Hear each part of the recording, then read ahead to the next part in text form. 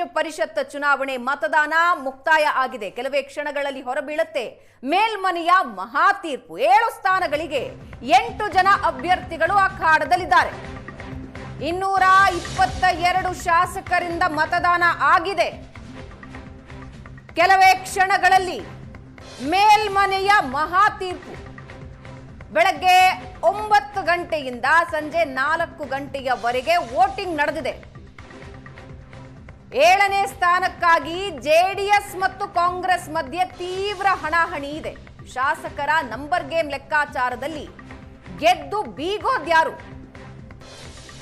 5 ಅಭ್ಯರ್ಥಿಗಳಿಗೆ ಗೆಲುವಾಗುತ್ತೆ ಅನ್ನೋ ವಿಶ್ವಾಸದಲ್ಲಿ ಕಾಂಗ್ರೆಸ್ ಇದೆ. ಕೆಲವೇ ಕ್ಷಣಗಳಲ್ಲಿ ಪರಿಷತ್ ಫಲಿತಾಂಶ ಹೊರಬೀಳುತ್ತೆ.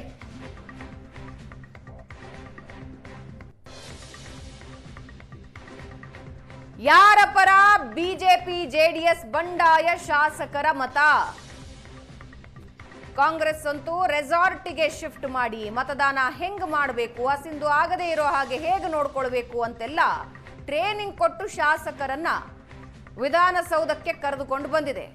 ಮೊದಲ ಬಾರಿಗೆ ಶಾಸಕರಾದವರಿಗೆ ಮೊದಲ ಬಾರಿ ಈ ರೀತಿಯ ಮತದಾನ ಮಾಡುವ ಅವಕಾಶ. ಹಾಗಾಗಿ ಅವರನ್ನ ಫುಲ್ ಟ್ರೈನ್ ಮಾಡಿ ಕರ್ಕೊಂಡು ಬಂದಿದೆ. ಈ ಬಗ್ಗೆ ಇನ್ನಷ್ಟು ಡೀಟೇಲ್ಸ್ ಹಂಚಿಕೊಳ್ತಾರೆ ನಮ್ಮ ಪ್ರತಿನಿಧಿ ಆನಂದ್ ಬೈದನಮನೆ, ಪೊಲಿಟಿಕಲ್ ಬ್ಯೂರೋ ಹೆಡ್ ನಮ್ಮ ಜೊತೆ ನೇರ ಸಂಪರ್ಕದಲ್ಲಿದ್ದಾರೆ. ಆನಂದ್, ಬಹಳ ರೆಸಾರ್ಟ್ ರಾಜಕಾರಣ ಆರಂಭದಲ್ಲಿ ಶುರು ಆಯಿತು. ಕಾಂಗ್ರೆಸ್ ಅಂತೂ ರೆಸಾರ್ಟ್ಗೆ ಶಿಫ್ಟ್ ಮಾಡಿ ಅವರಿಗೆ ಟ್ರೈನಿಂಗ್ ಮಾಡಿ ವಿಧಾನಸೌಧಕ್ಕೆ ಕರ್ಕೊಂಡು ಹೋಗಿ ಶತಾಯ ಗತಾಯ 5 ಸ್ಥಾನಗಳನ್ನ ಗೆದ್ದುಕೊಳ್ಬೇಕು ಅಂತ ಕಾಂಗ್ರೆಸ್ ಪಟ್ಟು ಹಿಡಿದಿದೆ. ಆಲ್ಮೋಸ್ಟ್ ನಾವು ಗೆಲ್ತೀವಿ ಅನ್ನೋ ವಿಶ್ವಾಸದಲ್ಲಿದೆ. ಇವತ್ತು ವೋಟಿಂಗ್ ಹೇಗಾಯ್ತು, ಏನೇನಾಯ್ತು ಬೆಳಗ್ಗೆಯಿಂದ? ಭವನ ವಿಧಾನ ಪರಿಷತ್ ಚುನಾವಣೆ ಇಡೀ ಎಲ್ಲ ರಾಜಕೀಯ ಪಕ್ಷಗಳಲ್ಲೂ ಕೂಡ ಸಂಚಲನ ಕಾರಣವಾಗಿತ್ತು. ಹಾಗಾಗಿ ಇವತ್ತು ನಡೆಯುವಂಥ ಮತದಾನ ಮತ್ತು ಮತದಾನದಲ್ಲಿ ಯಾರು ಯಾರಿಗೆ ಬೆಂಬಲವನ್ನು ವ್ಯಕ್ತಪಡಿಸ್ತಾರೆ ಅನ್ನೋ ಬಗ್ಗೆ ಸಹಜವಾದಂಥ ಕುತೂಹಲ ಎಲ್ಲ ರಾಜಕೀಯ ಪಕ್ಷಗಳಲ್ಲೂ ಕೂಡ ಇತ್ತು.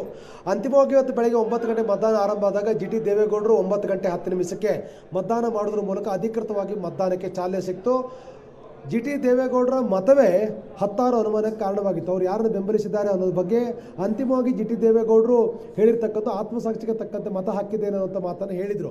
ಅಲ್ಲಿಗೆ ಅವರ ಮತದ ಬಗ್ಗೆ ಇದ್ದಂಥ ಅನುಮಾನವು ಒಂದು ರೀತಿಯಲ್ಲಿ ಬಗೆಹರಿಬಹುದಾಗಿರ್ತಕ್ಕಂಥ ಸನ್ನಿವೇಶ ಕ್ರಿಯೇಟ್ ಮಾಡಿದ್ರು ಕೂಡ ಯಾರು ಯಾರಿಗೆ ಬೆಂಬಲವನ್ನು ವ್ಯಕ್ತಪಡಿಸ್ತಿದ್ದಾರೆ ಅಂತಕ್ಕಂಥ ಅನುಮಾನಗಳು ಇದ್ದೇ ಇತ್ತು. ತರಾತುರಿಯಲ್ಲಿ ಅಂದರೆ ಎಲ್ಲರನ್ನೂ ಕೂಡ ಕರೆದುಕೊಂಡು ಬಂದು ಮತ ಹಾಕಿಸುವಂಥ ಪ್ರಯತ್ನವನ್ನು ಕಾಂಗ್ರೆಸ್ ಮಾಡ್ತಾ ಇದ್ರೆ, ಇನ್ನೊಂದು ಕಡೆ ಬಿಜೆಪಿ ತಮ್ಮ ಅಭ್ಯರ್ಥಿಗಳನ್ನು ಗೆದ್ದುಕೊಳ್ಳಕ್ಕೆ ಬೇಕಾಗಿರ್ತಕ್ಕಂಥ ಪ್ರಯತ್ನವನ್ನು ಮಾಡ್ತು. ಮಧ್ಯಾಹ್ನದ ಹೊತ್ತಿಗೆ 1 ಗಂಟೆ ಹೊತ್ತಿಗೆ ಬಹುತೇಕ ಎಲ್ಲ ಅಂದರೆ 90% ಮತದಾನ ಆಗ್ಬಿಟ್ಟಿತ್ತು. ಯಾಕೆಂತಂದರೆ ಬಹುತೇಕರೆಲ್ಲರೂ ಬಂದು ಮತದಾನವನ್ನು ಮಾಡಿದ್ರು. 222 ಮತಗಳ ಪೈಕಿ 222 ಸದಸ್ಯರು ಕೂಡ ಇವತ್ತು ಮತದಾನವನ್ನು ಮಾಡಿದ್ದಾರೆ. 100ಕ್ಕೆ 100% ಮತದಾನ ಆಗಿರ್ತಕ್ಕಂಥದ್ದು. ಇವತ್ತು ಇರ್ತಕ್ಕಂಥ 222 ಸದಸ್ಯ ಬಲದ ಅಂದರೆ ವಿಧಾನಸಭೆಯಲ್ಲಿ ಎಲ್ಲ ಸದಸ್ಯರು ಕೂಡ ಇವತ್ತು ಮತದಾನದಲ್ಲಿ ಭಾಗವಹಿಸಿರ್ತಕ್ಕಂಥದ್ದು ಬಹಳ ವಿಶೇಷ. ಇದೇ ಒಂದು ಲೆಕ್ಕಾಚಾರದ ಆಧಾರದ ಮೇಲೆ ಸಿಂಧು ಆಗ್ತಕ್ಕಂಥ ಮತಗಳನ್ನು ದೃಷ್ಟಿಯಲ್ಲಿಟ್ಟುಕೊಂಡು ಯಾರಿಗೆ ಎಷ್ಟು ಮತಗಳು ಬೇಕಾಗುತ್ತೆ ಅಂತಕ್ಕಂಥ ನಿರ್ಧಾರ ಆಗುತ್ತೆ. 222 ಮತಗಳನ್ನು ಕ್ಯಾಲ್ಕುಲೇಟ್ ಮಾಡಿದ್ದೆ ಆದರೆ ಪ್ರತಿಯೊಬ್ಬ ಗೆಲ್ಲಬೇಕಾಗಿರ್ತಕ್ಕಂಥ ಅಭ್ಯರ್ಥಿ 28 ಮತಗಳನ್ನು ಪಡಿಬೇಕಾಗುತ್ತೆ. 28 ಮತಗಳನ್ನು ಪಡಿಬೇಕಾಗಿರ್ತಕ್ಕ ಅಂದರೆ ಮೊದಲ ಪ್ರಸಿದ್ಧ 28 ಮತಗಳನ್ನು ಪಡಿಬೇಕಾಗಿರುತ್ತೆ. ಹಾಗಾಗಿ 28 ಮತಗಳನ್ನು ಹಾಕಿಸುವ ನಿಟ್ಟಿನಲ್ಲಿ ಎಲ್ಲ ರಾಜಕೀಯ ಪಕ್ಷಗಳು ಕೂಡ ಪ್ರಯತ್ನವನ್ನು ಮಾಡಿವೆ. ಒಂದು ಕಡೆ ಆಡಳಿತವಾಗಿರ್ತಕ್ಕಂಥ ಕಾಂಗ್ರೆಸ್ಸು 3 ದಿನಗಳಿಂದ ರೆಸಾರ್ಟಲ್ಲಿ ಇದ್ದು ಅಂತಿಮವಾದ ನಿರ್ಧಾರಗಳು ತೆಗೆದುಕೊಂಡು ಯಾರನ್ನು ಬೆಂಬಲಿಸಬೇಕು, ಯಾವ ಪಟ್ಟಿಯಲ್ಲಿ ಯಾರಿಗೆ ಮತವನ್ನು ಹಾಕಬೇಕು, 2% ಮತಗಳನ್ನು ಹೇಗೆ ಹಾಕಬೇಕು ಎಲ್ಲದರ ಬಗ್ಗೆ ಕೂಡ ಟ್ರೈನಿಂಗ್ ಕೊಟ್ಟು ಅವರನ್ನು ಇವತ್ತು ವಿಧಾನಸೌಧಕ್ಕೆ ಕರ್ಕೊಂಡು ಬರಲಾಯಿತು. 5 ಬಸ್ಗಳಲ್ಲಿ ವಿಧಾನಸೌಧಕ್ಕೆ ಬಂದು ಮತವನ್ನು ಎಲ್ಲ ಕಾಂಗ್ರೆಸ್ ಶಾಸಕರು ಕೂಡ ಮತವನ್ನು ಹಾಕಿದ್ದಾರೆ. ಇರ್ತಕ್ಕಂಥ ಸಂಖ್ಯಾಬಲದ ಆಧಾರದಲ್ಲಿ ಮತ್ತು 2ನೇ ಪ್ರಸಿದ್ಧ ಮತಗಳನ್ನು ಲೆಕ್ಕಾಚಾರ ಹಾಕಿದರೆ ಕಾಂಗ್ರೆಸ್ 5ನೇ ಅಭ್ಯರ್ಥಿ ಕೂಡ ಗೆಲ್ತಕ್ಕಂಥ ವಾತಾವರಣವು ಕೂಡ ನಿರ್ಮಾಣ ಆಗಿದೆ. ಇದು ಗೌಪ್ಯ ಮತದಾನ ಆಗಿರುವಂಥ ಕಾರಣಕ್ಕಾಗಿ ತೆರೆಮರೆಯಲ್ಲಿ ಯಾರಾದರೂ ಕೂಡ ನಕಾರಾತ್ಮಕವಾಗಿರ್ತಕ್ಕ ತೀರ್ಮಾನಗಳು ತೆಗೆದುಕೊಂಡಿರುವ ಸಾಧ್ಯತೆಗಳು ಕೂಡ ಇದೆ. ಅದು ಮುಖ್ಯವಾಗಿ ಜೆಡಿಎಸ್ನಿಂದ ಒಂದಷ್ಟು ಕ್ರಾಸ್ ವೋಟಿಂಗ್ ಆಗಬಹುದು ಅಂತಕ್ಕಂಥ ಚರ್ಚೆಗಳ ಮಧ್ಯದಲ್ಲಿ ಜಿ.ಟಿ. ದೇವೇಗೌಡರು ನಾನು ಆತ್ಮಸಾಕ್ಷಿಗೆ ತಕ್ಕಂಥ ಮತವನ್ನು ಹಾಕಿದ್ದೇನೆ, ನನಗೆ ಯಾರು ವೋಟ್ ಹಾಕಿ ಅಂತ ಯಾರೂ ಕೇಳಿಲ್ಲ ಅಂತಕ್ಕಂಥ ಮಾತನ್ನು ಕೂಡ ಜಿ.ಟಿ. ದೇವೇಗೌಡರು ಹೇಳಿದ್ದಾರೆ. ಹಾಗಾಗಿ ಅವರ ಮತದ ಬಗ್ಗೆ ಇನ್ನೂ ಕೂಡ ಕುತೂಹಲ ಇದೆ. ಇನ್ನೊಂದು ಕಡೆ ಬಿಜೆಪಿ 30 ಮತಗಳನ್ನು ಹಾಕಿಸ್ಕೊಂಡಿದೆ. ಅಂದರೆ ಇರ್ತಕ್ಕಂಥ 62 ಸದಸ್ಯರ ಬಲದಲ್ಲಿ ಬಿಜೆಪಿ 30 ಮತಗಳನ್ನು ಲಿಂಗರಾಜ್ ಪಾಟೀಲ್, 30 ಮತಗಳು ರಘು ಕೌಟೀಲ್ಗೆ ಹಾಕಿ ಉಳಿದಿರ್ತಕ್ಕಂಥ 2 ಮತಗಳು ಪ್ಲಸ್ ಯತ್ನಾಳ್ ಮತ್ತು ಜನಾರ್ದನ್ ರೆಡ್ಡಿ ಈ 4 ಮತಗಳನ್ನು ಸೇರಿದಾಗೆ 4 ಮತಗಳನ್ನು JDS ಅಭ್ಯರ್ಥಿಗೆ ನೀಡಲಾಗಿದೆ. ಹಾಗಾಗಿ JDSನ 18 ಮತಗಳು ಪ್ಲಸ್ 4 ಮೈತ್ರಿ ಪಕ್ಷ ಮಿತ್ರ ಪಕ್ಷದಿಂದ ಬಂದಿರತಕ್ಕಂಥ ಮತಗಳು ಸೇರಿದ್ರೆ 22 ಮತಗಳು JDSಗೆ ಬಿದ್ದಿದ್ದೇ ಆದರೆ JDS ಅಭ್ಯರ್ಥಿಗೆ 22 ಮತಗಳು ಬಂದಿದ್ದೇ ಆದರೆ ನಿಶ್ಚಯವಾಗಿಯೂ ಕೂಡ JDSನ ಎಲ್ಲ ಸದಸ್ಯರು ಕೂಡ ಒಟ್ಟಿಗಿದ್ದಾರೆ ಅಂತಕ್ಕಂಥ ಸಂದೇಶ ಬರುತ್ತೆ. ಒಂದೊಮ್ಮೆನಾದರೂ ಕೂಡ ವ್ಯತ್ಯಾಸ ಆಗಿದ್ದೆ ಆದರೆ ನಿಶ್ಚಯವಾಗಿಯೂ ಕೂಡ JDSನಲ್ಲಿ ಎಲ್ಲವೂ ಕೂಡ ಸರಿ ಇಲ್ಲ ಅಂತಕ್ಕಂಥದ್ದು ಭಾಳ ಸ್ಪಷ್ಟವಾಗಿ ಗೊತ್ತಾಗುತ್ತೆ. ಇರ್ತಕ್ಕಂಥ ಸಂಖ್ಯಾಬಲದ ಆಧಾರದಲ್ಲಿ JDSಗೆ ಗೆಲ್ತಕ್ಕಂಥ ಅವಕಾಶಗಳು ತೀರಾ ಕಡಿಮೆ ಇದೆ. ಆದರೂ ಕೂಡ JDS ಕೊನೆ ಪ್ರಯತ್ನಗಳನ್ನು ಮಾಡಿರ್ತಕ್ಕಂಥ ನಾವೆಲ್ಲ ಒಟ್ಟಿಗಿದ್ದೇವೆ ಅಂತಕ್ಕಂಥ ಸಂದೇಶ ಬರಬೇಕು ಅನ್ನೋ ಕಾರಣಕ್ಕಾಗಿ ಇವತ್ತು ಅಭ್ಯರ್ಥಿಯನ್ನು ಕಣಕ್ಕಿಳಿಸಿ ಕೊನೆ ಹಂತದ ಹೋರಾಟವನ್ನು ಅವರು ಮಾಡಿರ್ತಕ್ಕಂಥದ್ದು.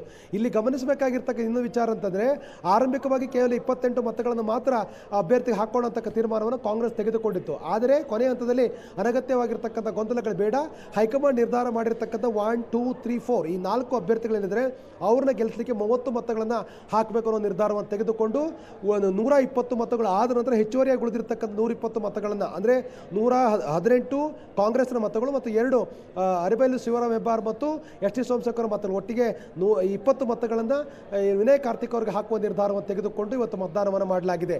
ಇವತ್ತಿನ ಈಗ ಬರ್ತಾ ಇರುವಂಥ ಮಾಹಿತಿಯ ಪ್ರಕಾರ ಕಾಂಗ್ರೆಸ್ ಗೆಲ್ಲುವ ಎಲ್ಲ ಅವಕಾಶಗಳು ಕೂಡ ಇದೆ. ಯಾಕೆಂತಂದರೆ ಈ 120 ಜನ ಕಾಂಗ್ರೆಸ್ ಸದಸ್ಯರುಗಳು ವಿನಯ್ ಕಾರ್ತಿಕ್ ಅವರಿಗೆ 2ನೇ ಪ್ರಶ್ನೆ ಮತಗಳನ್ನು ಹಾಕಿದ್ದಾರೆ. ಹಾಗಾಗಿ ಗೆಲ್ಲಿಕೆ ಬೇಕಾಗಿರ್ತಕ್ಕಂಥ ಎಲ್ಲ ಅವಕಾಶಗಳು ಕೂಡ ಕಾಂಗ್ರೆಸ್ನಲ್ಲಿ ಇದೆ. ಅದು ಈಗಿರ್ತಕ್ಕಂಥದ್ರೆ JDSನಲ್ಲಿ ಇರ್ತಕ್ಕಂಥ 18 ಮತಗಳು ಒಟ್ಟಾಗಿದ್ದಾವ ಅಂತಕ್ಕಂಥದ್ದು. ಒಂದೊಮ್ಮೆನಾದರೂ ಕೂಡ 1 ಮತ ಕಡಿಮೆ ಆದರೂ ಕೂಡ JDSನಲ್ಲಿ ಎಲ್ಲವೂ ಕೂಡ ಸರಿ ಇಲ್ಲ ಅಂತಕ್ಕಂಥದ್ದು ನಾಯಕತ್ವ ಬಗ್ಗೆ ಅದರದೇ ಆಗಿರ್ತಕ್ಕಂಥ ಒಂದು ಸಂದೇಹ ಬರುವ ರೀತಿಯಲ್ಲಿ ಸಂಶಯ ಬರುವ ವಾತಾವರಣಗಳು ಇದೆ ಅಂತಕ್ಕಂಥದ್ದು ಭಾಳ ಸ್ಪಷ್ಟವಾಗಿ ಕಂಡು ಬರುತ್ತೆ. ಯಾವ್ಯಾವ ರಾಜಕೀಯ ಪಕ್ಷಗಳಿಗೆ ಯಾವ ಸಂದೇಶವನ್ನು ಕೊಡಬೇಕೋ ಆ ಸಂದೇಶ ಕೊಡುವ ರೀತಿಯಲ್ಲಿ ಇವತ್ತಿನ ಮತದಾನ ನಡೆದಿರ್ತಕ್ಕಂಥದ್ದು ಇವತ್ತಿನ ಚುನಾವಣಾ ಫಲಿತಾಂಶ ಪ್ರಕಟಗೊಳ್ಳುತ್ತೆ. ಒಂದೊಮ್ಮೆನಾದರೂ ಕೂಡ ವಿನಯ್ ಕಾರ್ತಿಕ್ ಅವರು ಗೆಲ್ಲಿಗೆ ಸಾಧ್ಯ ಆಗಿಲ್ಲ ಅಂತಂದರೆ ಮುಖ್ಯಮಂತ್ರಿ DK ಶಿವಕುಮಾರ್ಗೆ ದೊಡ್ಡ ಮಟ್ಟದ ಹಿನ್ನಡೆ ಆಗುತ್ತೆ. ಯಾಕೆಂತಂದರೆ ಮುಖ್ಯಮಂತ್ರಿಗಳ ಮಾತಿಗೆ ಪೂರಕವಾಗಿ ಹೈಕಮಾಂಡ್ 5ನೇ ಅಭ್ಯರ್ಥಿನ ಕಣಕ್ಕಿಳಿಸುವ ನಿರ್ಧಾರ ತೆಗೆದುಕೊಂಡಿರ್ತಕ್ಕಂಥದ್ದು. ಇಲ್ಲದೇ ಇದ್ದರೆ ಯಾರಾದರೂ ಬೇರೆ ಉದ್ಯಮಿಗಳಿಗೆ ಕಣಕ್ಕಿಳಿತಕ್ಕ ಸಾಧ್ಯತೆಗಳು ಇತ್ತು. ಭಾವನಾ, ಧನ್ಯವಾದ ಆನಂದ್.